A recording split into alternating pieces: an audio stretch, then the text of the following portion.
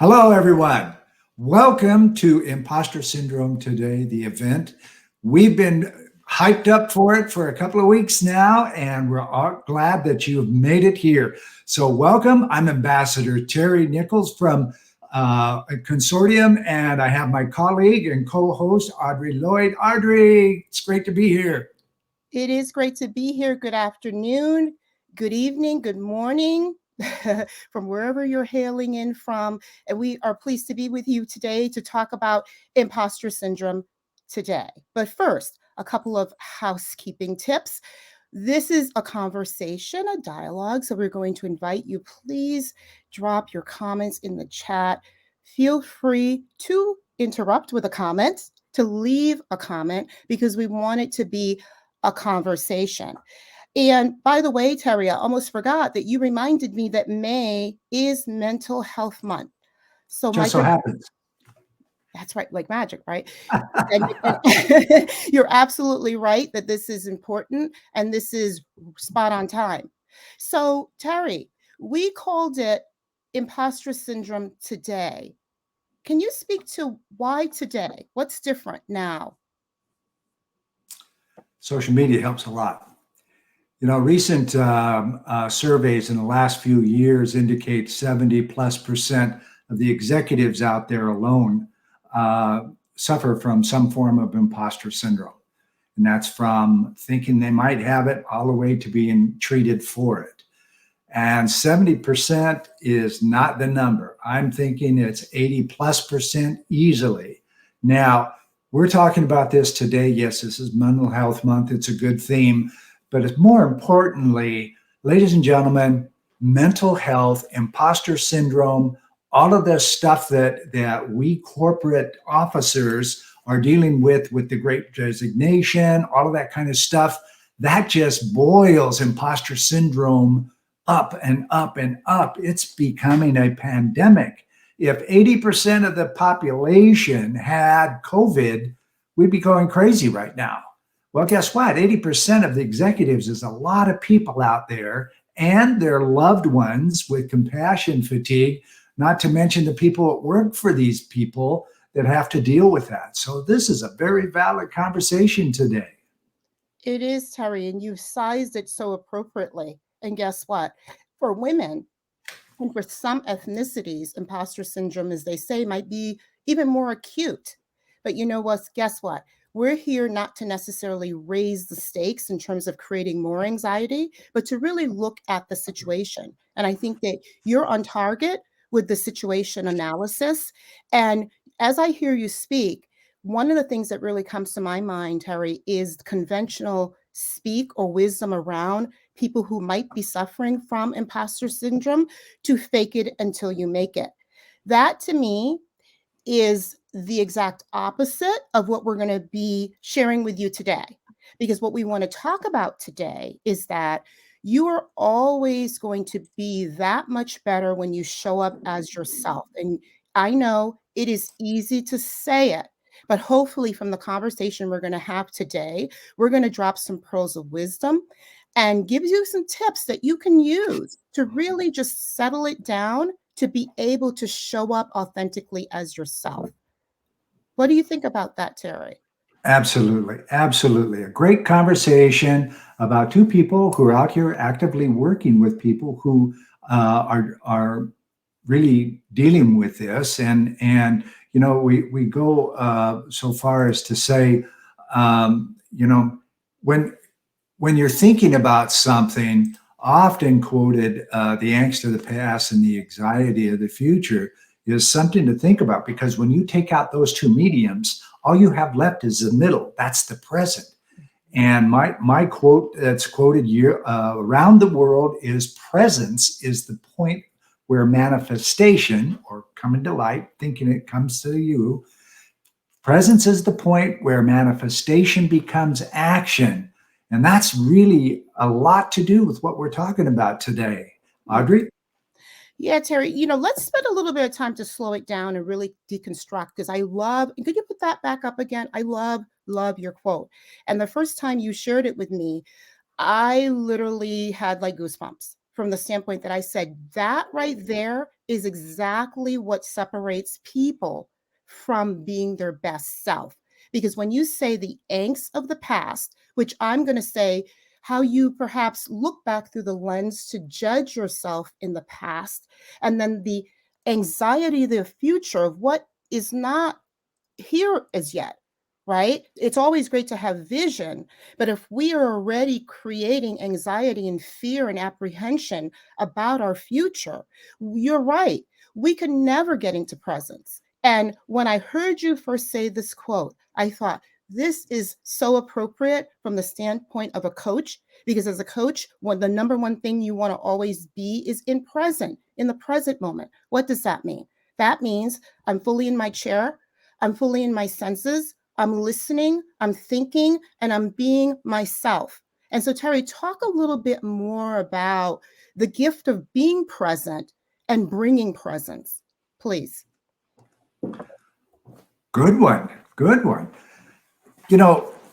Myself, when I was a young man, my first 20 years out of high school, I was a U.S. Navy sailor. And I went up the advancement ranks really quite quickly. And I got to a point where Navy people will understand Chief Petty Officer in 7 years is amazing. And being an administration person, it's even crazier. I got to thinking what is now imposter syndrome unto myself.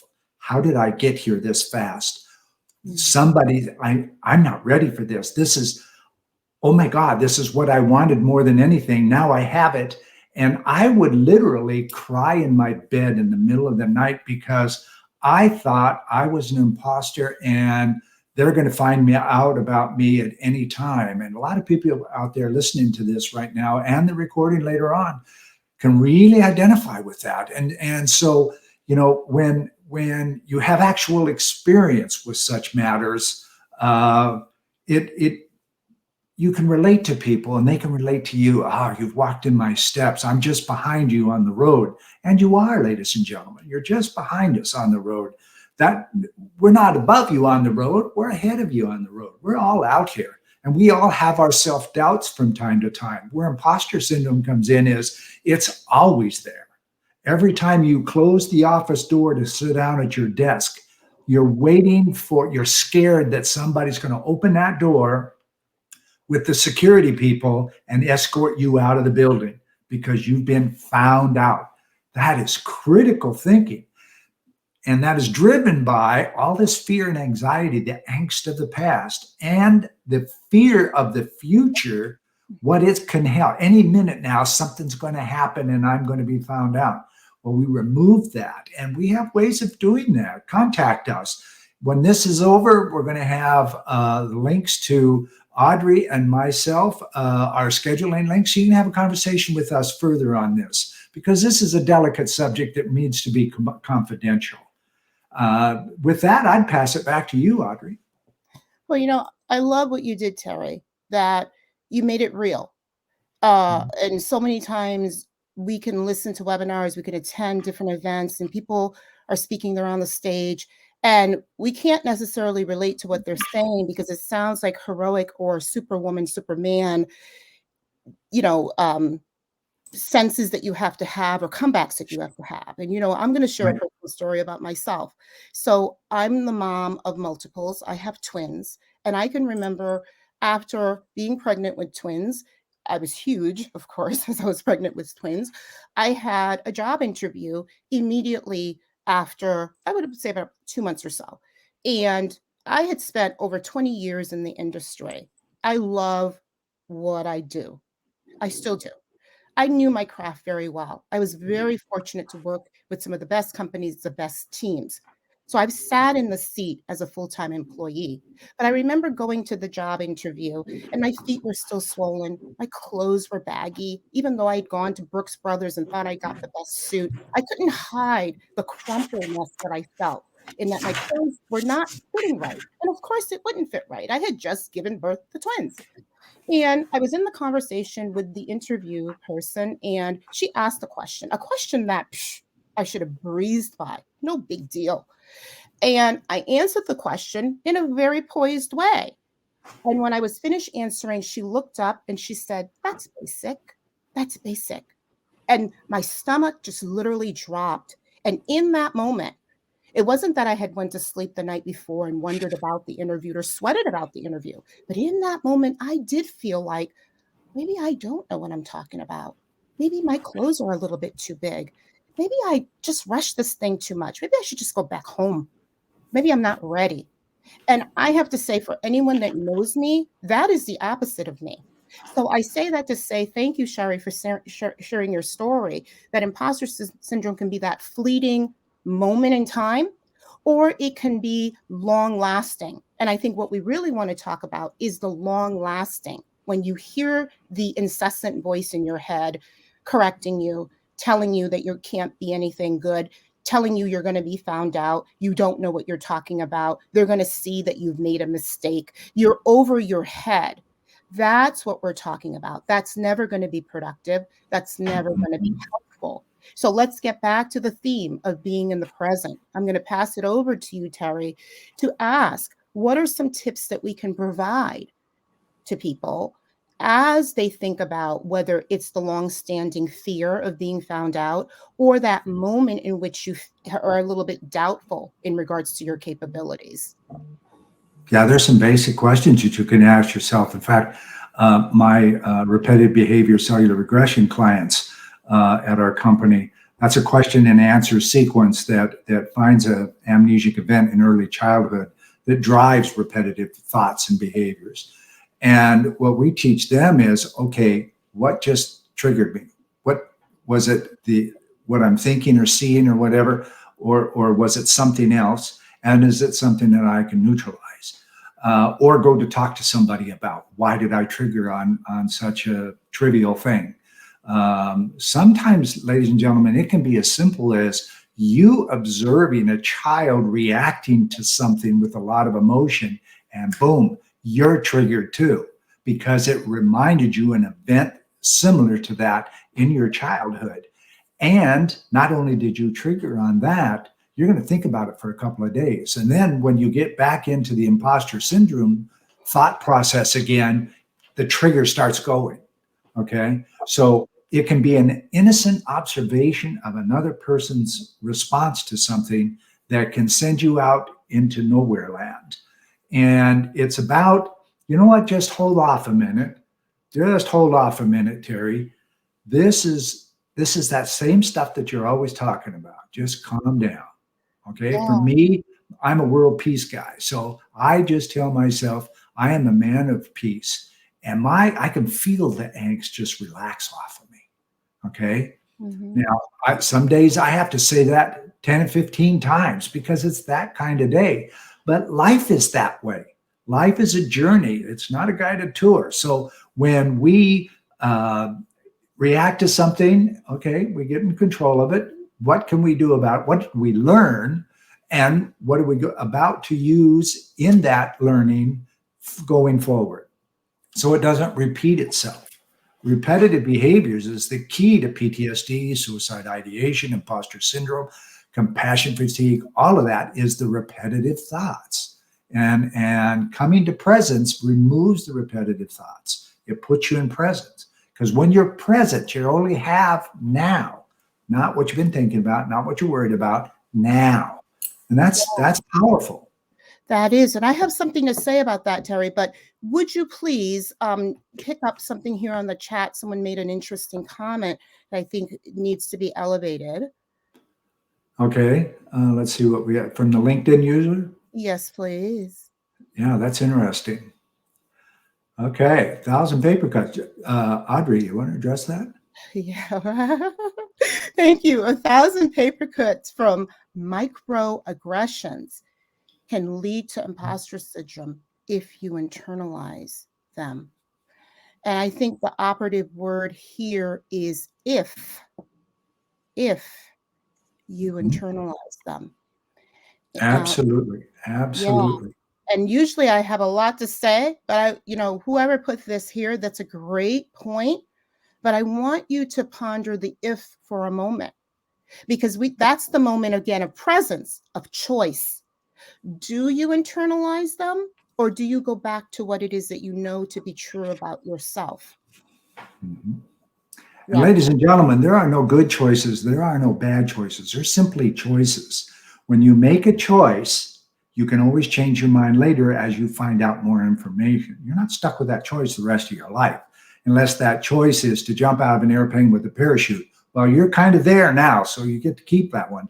But day to day life is day to day life, and there are no good or no bad. Society and our upbringing create these filters of good and bad, right and wrong, all those types of things. It is present.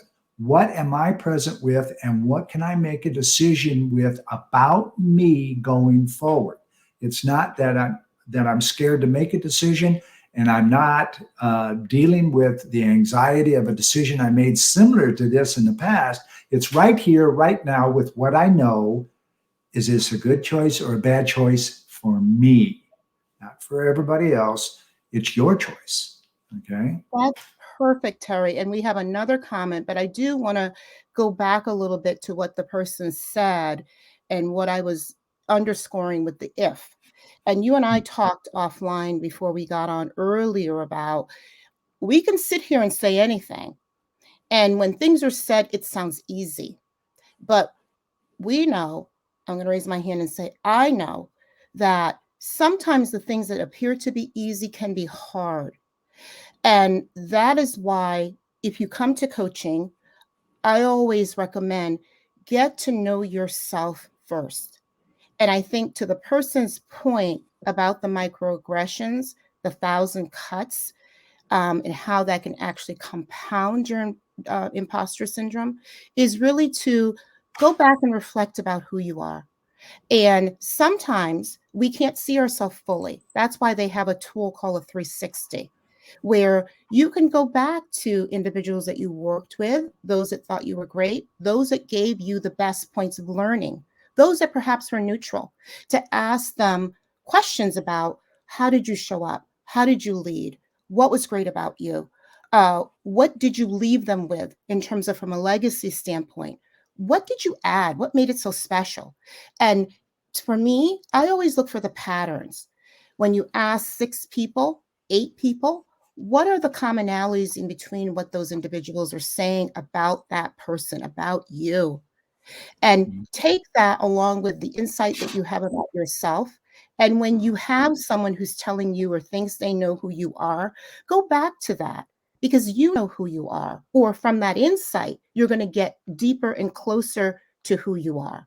So before I say my second point, Terry, let us pick up here. And if I may, unless you want to read it, if could you bring up the next comment, please? The one that begins with, Well, it's a long one. Yeah. yeah, would you like me to take it? Or please, if you would like, Go go right ahead. ahead.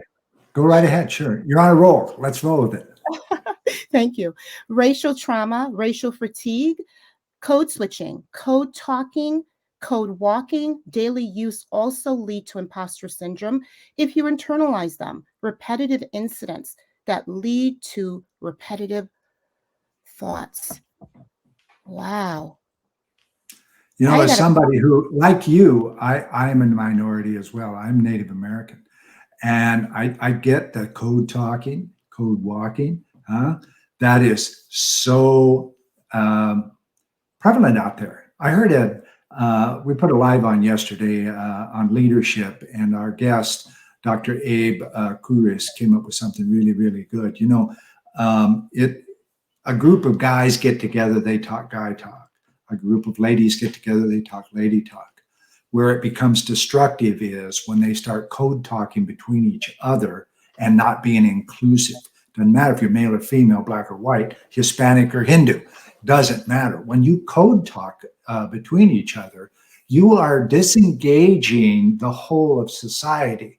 That's not the right way to do that. Okay. There's more to it than that.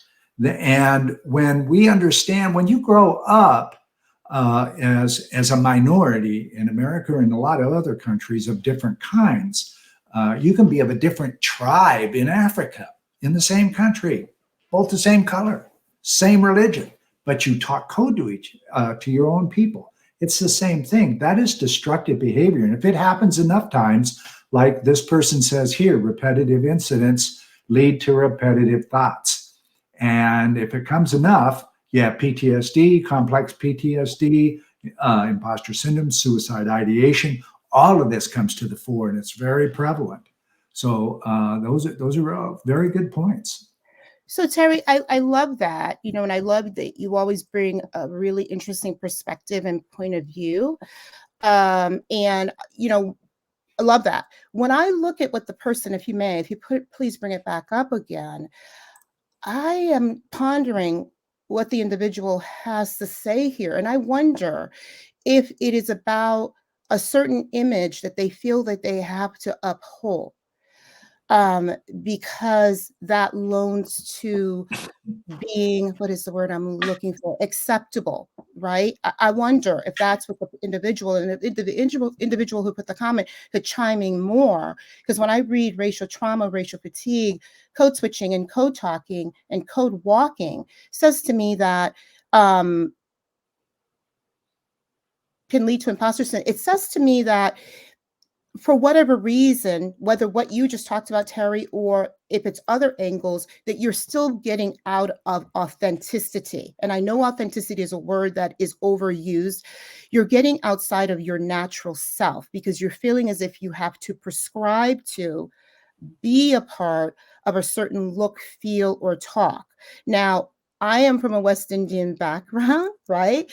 And so, yes, when I'm with West Indian people, Jamaican people specifically, get the cultural nuances of what they're saying, where perhaps the person who's not from Jamaica might not understand or appreciate the full context of what they're saying. So I think there is appropriateness and there is application, but I think let's bring it back to the workplace as well in the United States. And in the workplace, we're supposed to be a place where all people are supposed to feel as if they are at home and they can do their best work.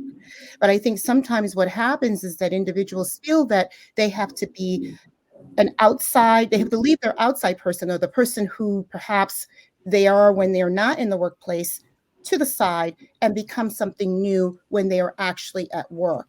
And, I always, have this ongoing joke with my sister about the whole idea of belonging. And I say, I actually don't like that concept. I wish companies would stop that immediately, because, when you say that you want people to belong, automatically you're setting up this dynamic that you are the gatekeeper and you are inviting people. The whole notion of also, diversity and inclusion is being invited to the party and asking to dance. Well, excuse me, maybe I don't want to dance. And who is the party giver?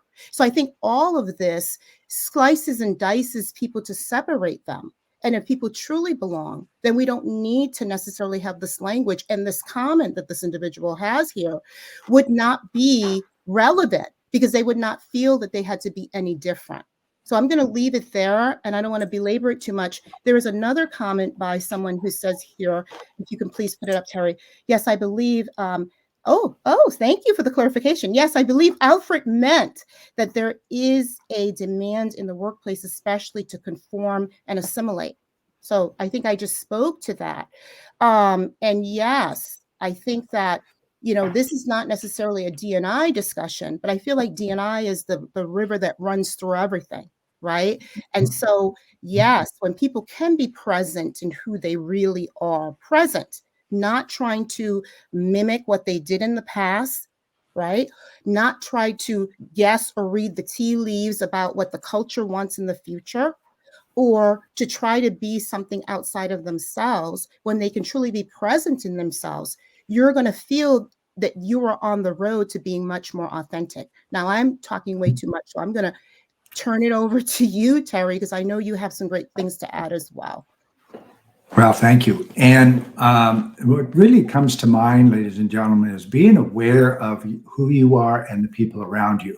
Now, when you're at the office and you have a few people get together, you may or may not want to make sure there was a person of other sex, or you had a lady to a foursome of guys, or whatever. You may consciously do it there, but you don't do it at home. Four people at a party in the middle of the living room, four guys talking, And they don't just stop and say, oh, we have to have a woman in here, or somebody's going to say something about us. You don't do that. It's natural. So why are you doing it at work? If you're having a natural conversation where people can join as they want to, and without thinking about, well, should I? I'm a woman and these are guys, or I'm a guy and it's a bunch of women. But I never think about that. When I'm at a party and I hear some people talking about a subject that I'm interested in, I join them. I don't care that I'm the only guy and 10 women. 97% of my company is women. So that's not a big deal for me. But I think from a concept of minds, I connect with like minds, and I want to talk to people with like minds. That takes away the racial prejudice. That takes away that stereotypical grab, because what we're talking about is valid interchanging of information and thoughts and ideas. When you're talking about those types of things, anybody can join and anybody can leave, knowing that they haven't been psychologically kicked out or invited in just because of what they are, not who they are. That's all valid points today.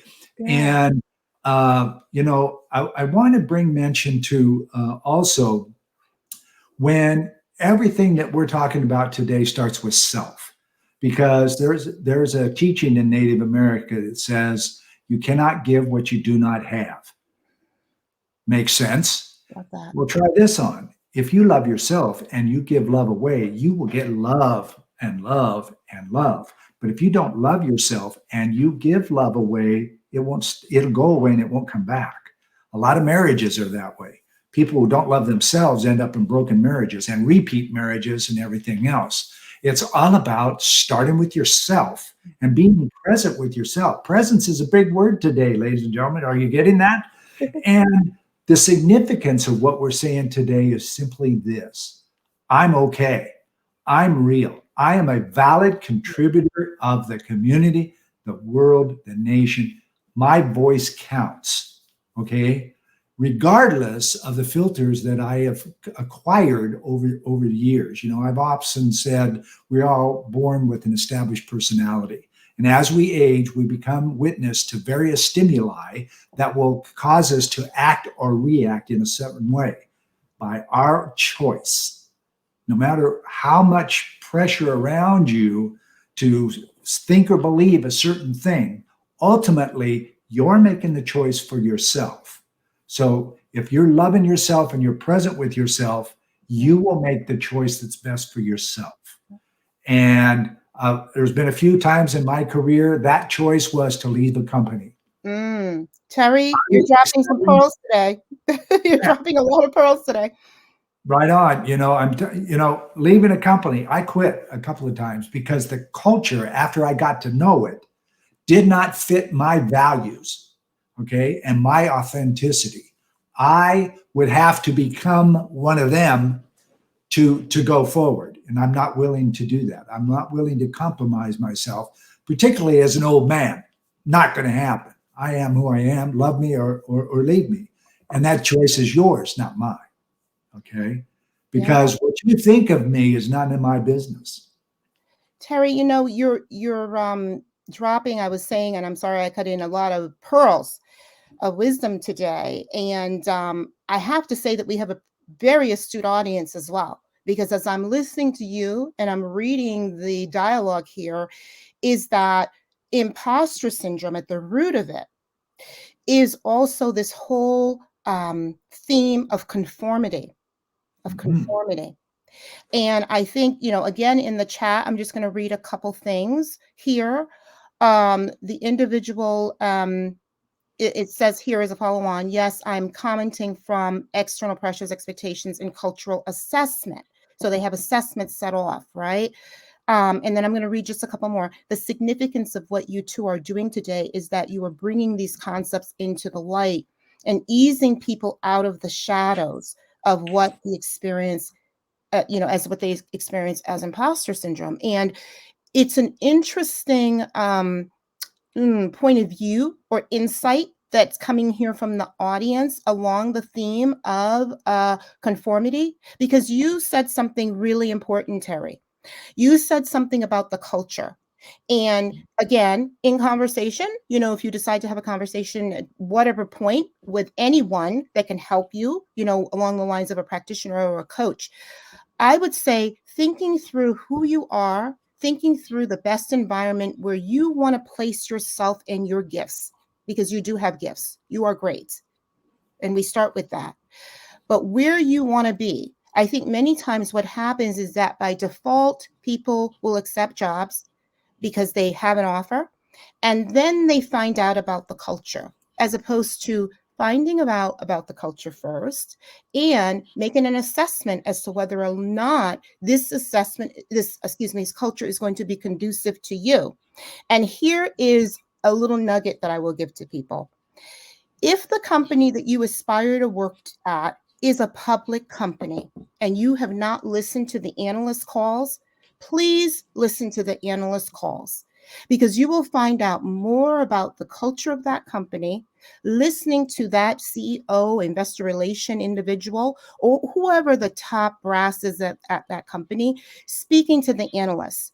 You will hear whether they use words of comfort, whether they are on the war path, whether they are enthusiastic and supportive of their workforce, or whether they are utilizing their workforce for just that, bodies, as opposed to individuals that have personalities and lives and values to add. And most companies are great, don't get me wrong. But at the end of the day, it is our job to do the assessment to make sure that we're going to be in the right place. And so I thank you, Terry, for raising that up, because it's something that often isn't said. Yep. Here's another one, if I may. And actually, do you want to actually take a couple, Terry? Please go ahead. I don't want to read all of them, but I would like to put it up. No, go ahead. Yeah. Yeah, go ahead. Sure. The one beginning with yes, self-love. Is that one? Thank you. You put up another one. Let's start with that one then. Yes. I had to walk away from my original career path to do my own thing due to toxicity of nonprofit world. So this individual, Ms. Costa, you raise a valid point. Again, you're going to know yourself best. It's like a plant. Not all plants are going to do well in the sun. Some need the shade. Some need water every day. Some need it once a month, right? That we all have the needs that are going to be conducive to us, the nutrients that we need to be successful and to thrive. And so it comes back to being present with who we are today, not what we did 10 years ago, because we're different now. Not what we will do in 2030. No. What are you going to do today, May of 2020? Who are you today? What do you need? So the other one that I had beginning with yes, Terry, do you have that one? Yes, self-love. I'll let you. You have that one? Yes, self-love. Yes, self-love and presence are huge. It almost looks like my third from I don't see it. At 12:29 p.m.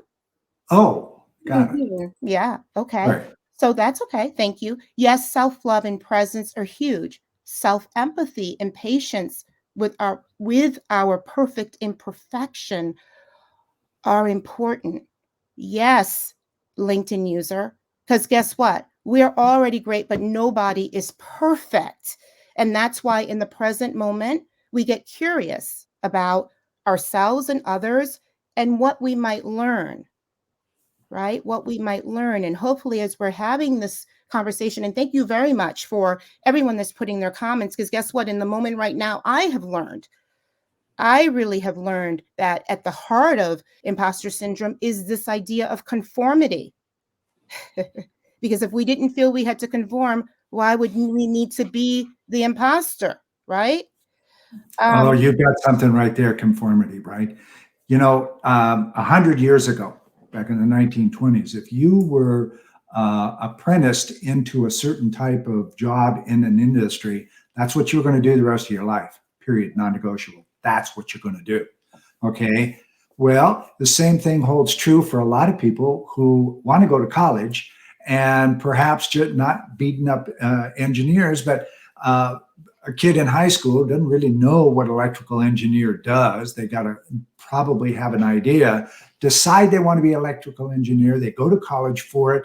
They get out there, they were in the job for 5, 10 years, and they figure it out that, oh my God, I hate this. I know I'm getting out of here, but I'm stuck in this because I'm an electrical engineer now. I'm in middle management. I'm just stuck. Well, no, you're not. Okay. When I retired late last century, I love that, 1991, from the Navy, I didn't know what I was going to do. I went through 17 jobs in 11 industries in 12 years. 12 years, ladies and gentlemen, because I had no idea who I was. So I had no idea what I wanted to do. And it wasn't until my mid 50s when I created evolutionaryhealer.com with my business partner and wife. And from there, we found an amazing question and answer sequence. And I found my life at my mid 50s. If you're in your 20s and 30s, even your 40s, don't worry about it. Switch jobs. A great resignation is a great time to do that right now. Now, I'm not suggesting that everybody quit the last job they have or anything like that and get overly picky about what they do. You have to think, here I go, have to. You get to think about what it is that you want and what are you willing to do the job that you are applying for. Do you really want the job? And if you get the job, are you willing to put everything into that job for 3 to 5 years to really give you and your employer a chance to connect and see if that's really what you want to do? Because people these days change jobs every 8 to 12 years. So it's not that big a deal. Yeah. No, this is great. And Terry, we work a lot with leaders, and I know that they're going to be, well, everyone, first of all, is a leader, right? That's the first thing. We are all leaders, no matter what level we are at. This message right here, though, is for those that are, at the executive level. And I'm saying this for a minute. I don't want to disengage the other leaders that we have, but I think for those who are at the executive level, the feedback that we have gotten from this very good audience here is this whole notion of conformity. And so I would really ask for you to talk about that, with your executive team. Talk about that with HR. Talk about, the comment around belonging. What are we really saying when we're asking people to belong in an organization? What are we really, really saying? Do we need to say that if we're doing a good job? If people are coming and they're present, they're in presence, they're showing up as their true and authentic self, they want to do good work, they have value to add, they're going to stay curious and learn. And we go with that we don't necessarily do something that's going to send a signal, whether it be directly or indirectly, that they need to conform. There's more around, this is my organization. What do I have here? What am I dealing with here? And how can I utilize those individuals? How can I tap into the personal asset that they bring to the table, the innate talent that those individuals bring to the table to raise our organization up higher without sending silent signals that there is a certain culture that you have to conform to. So that's my stance for today. Terry, I know you have a lot of wisdom and experience here. Is there a message that you have before we round it out for our full? Yeah, we're about to wrap up, and what a great conversation, ladies and gentlemen. And there's words being thrown around out there like company culture, the team, our family, all of those types of things. Those are just words if nobody's really playing them. Okay. It's like somebody says they're playing jazz music and it's a symphony. No, it's not. You get to hire people for their brains, then you get the results of those people in their brains. That means somebody working in supply, coming up with an idea that manufacturing can work more efficiently and more safely, isn't disregarded because they work in supply. How do they know? Well, won't you find out? Okay. Just because they work in a different place. That's not company culture. That's not teams. That's not being teammates. Okay. Don't throw a word around that you don't believe in. Collaboration. Our company is one big collaboration of incredibly engaged and intelligent people. You want to work for that company? I do. Who's one of those companies? I quote him all the time. Take care of your employees. They'll take care of the clients, the customers. Guess who said that? Sir Richard Branson, Virgin Group. Wow. Okay. They're not looking for people. Hardly ever are they looking for people because people are lined up to go to work with a place that the boss believes in the same thing as the person walking in as the new hire, that they can contribute. He's a Okay. really cool guy, Terry, and I'm so glad that Oh, you have he's fabulous. a very I mean, you sort of hit it on the head. I admire him a lot, and he's a very cool guy. But also, I think, the message really here, and again, a couple more things in the chat before we round out, is that if we're doing it the right way, people don't have to feel like the imposter because there is nothing to conform to. There is no pretense. There's only presence. And in presence, we can do our best work. We can have our best contribution. We can do our best at collaboration. Couple more, Terry, and then do you want to take these so we get this out so everyone can see you're here?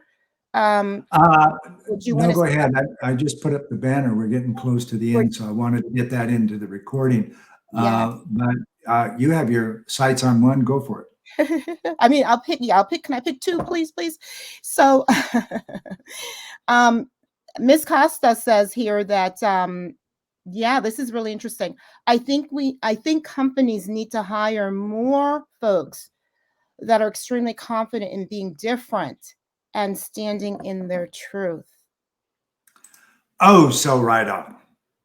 Okay. Without diversity of thought, we cannot grow as a company. We cannot grow as an organization. We cannot grow as a family. We get to listen to every person in our collaborative to really understand what they bring to the table. If you hire somebody, you expect them, or you should expect them, to give you new ideas, give their point of view on a regular basis, and know that it's safe for them to do so. Okay. The best companies in the world, the very best is they hire people for their brains. They don't hire them because I need 5 blacks this week. It's crazy making. You're losing your company. You're losing your availability. You're losing your clients. You're losing your customers. Everybody's lost in this diversity and inclusion thing. The very best, most exciting thing for me in the future, and it's coming because the youth no longer buy into this concept. You hire people because they're people. And you don't send them to human resources. You send them to the people place because they're not a resource. They're not an expense. They are the company. Okay. So those are big things that we get to take forward. And we're at the end of our 45 minutes, ladies and gentlemen. This has been thank you so much. All these people's comments, beautiful stuff, beautiful stuff. And thank you, Audrey, for joining me on this journey of 45 minutes. I knew it was going to be fabulous, and sure enough, it is. Thank you so much. Final thoughts? Final thought is find your comfort zone. Culture, get present to be within yourself. And really the litmus test is if you're feeling as if you're the imposter, how can you find your comfort zone so you can stay in presence? Thank you. Absolutely. Absolutely. Loving yourself is not selfish, ladies and gentlemen. Thanks for coming.